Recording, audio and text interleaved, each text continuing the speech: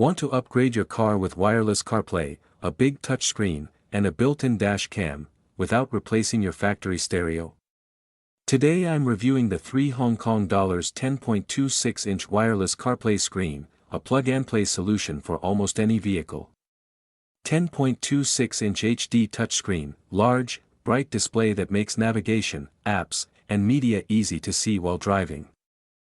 Wireless Apple CarPlay Android Auto. Connect your phone wirelessly for maps, music, calls, and messages. Built-in 4K dash cam, records high-resolution driving footage for added safety and peace of mind. 1080p backup camera included. Helps you park and reverse more safely. All-in-one smart features, GPS navigation, mirror link, Bluetooth, and voice control, all in a plug-and-play system. Works in any car, perfect for older vehicles without built-in CarPlay. Easy installation, no stereo replacement or professional install needed, multiple features in one device, CarPlay, dash cam, and backup camera combined.